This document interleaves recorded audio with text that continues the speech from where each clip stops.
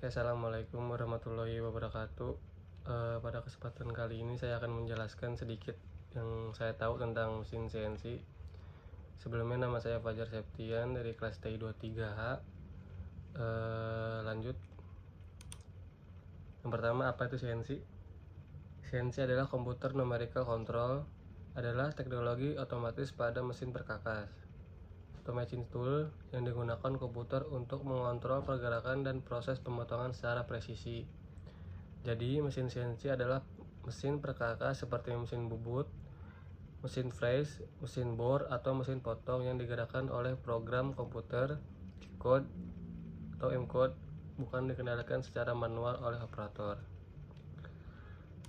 Kemudian cara kerja CNC yang pertama, didesain komponen didesain menggunakan software.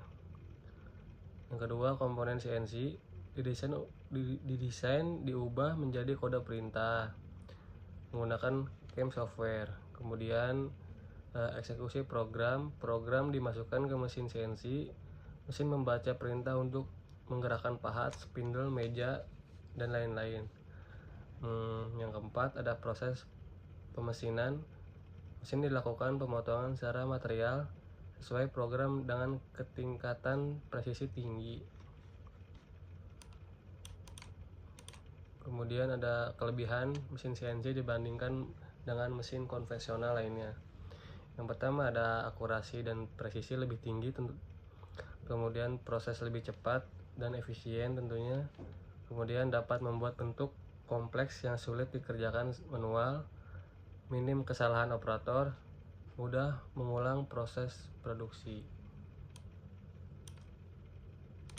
Kemudian di sini ada tahapan, alur, proses machining shaft atau poros. Yang pertama itu perencanaan desain. Jadi sebelum memulai proses itu harus ada desain dulu yang menentukan fungsi shaft, dimensi, toleransi, dan material yang sesuai. Kemudian membuat gambar kerja atau technical drawing menggunakan software.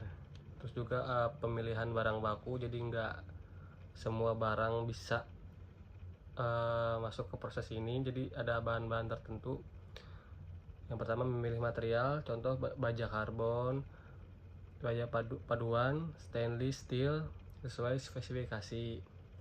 Terus juga ada memotong bahan sesuai panjang, jadi tergantung drawingnya ya, ukurannya berapa, diameternya berapa.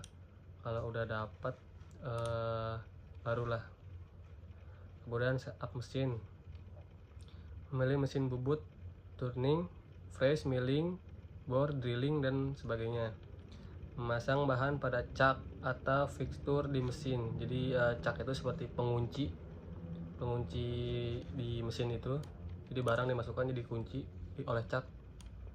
Kemudian memasang pahat sesuai kebutuhan. Jadi pahat itu nggak semua cocok ya.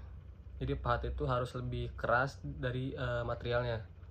Karena kalau misalkan pahat itu lebih lembek, otomatis pahat yang kalah. Jadi sesuai dengan spesifikasi yang dibutuhkan. Kemudian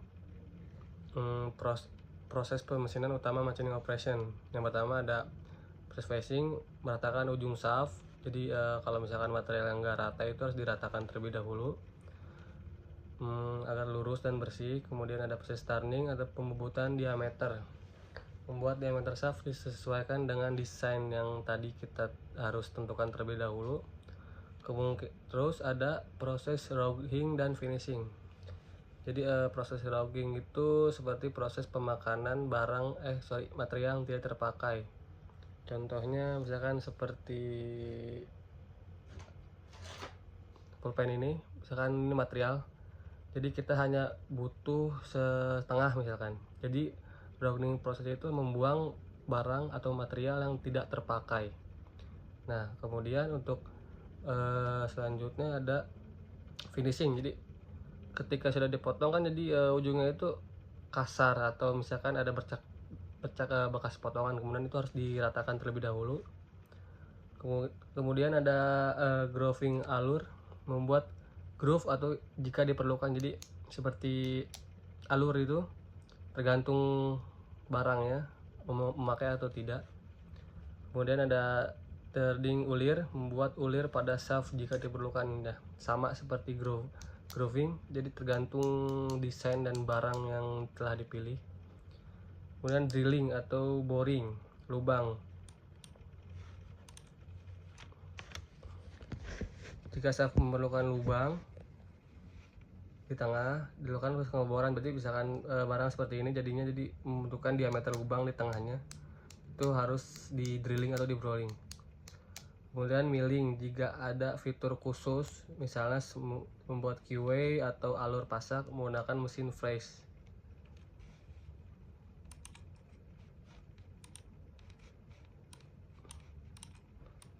Kemudian di finishing, proses finishing seperti leasing, chamfering atau deburring, menghaluskan permukaan. Jadi finishing itu dalam garis besarnya itu proses akhir. Jadi kita harus memastikan barang itu sesuai dengan desain yang telah ditentukan. Kemudian heat treatment jika diperlukan kekuatan material. Jadi heat treatment itu pembakaran ya. Ini biasanya di perusahaan manufaktur otomotif terutama. Jadi harus di heat treatment dulu agar si material itu lebih keras dan lebih tahan lama tentunya. Kemudian ada quality control, pemeriksaan dimensi ukuran. Dari dimensi, ukuran, sudut, tergantung barang itu kemungkinan banyak ya, menggunakan diameter, kaliper, mikro, cm. Jika diperlukan presisi tinggi, biasanya di perusahaan-perusahaan manufaktur itu membutuhkan presisi tinggi ya yang dibutuhkan.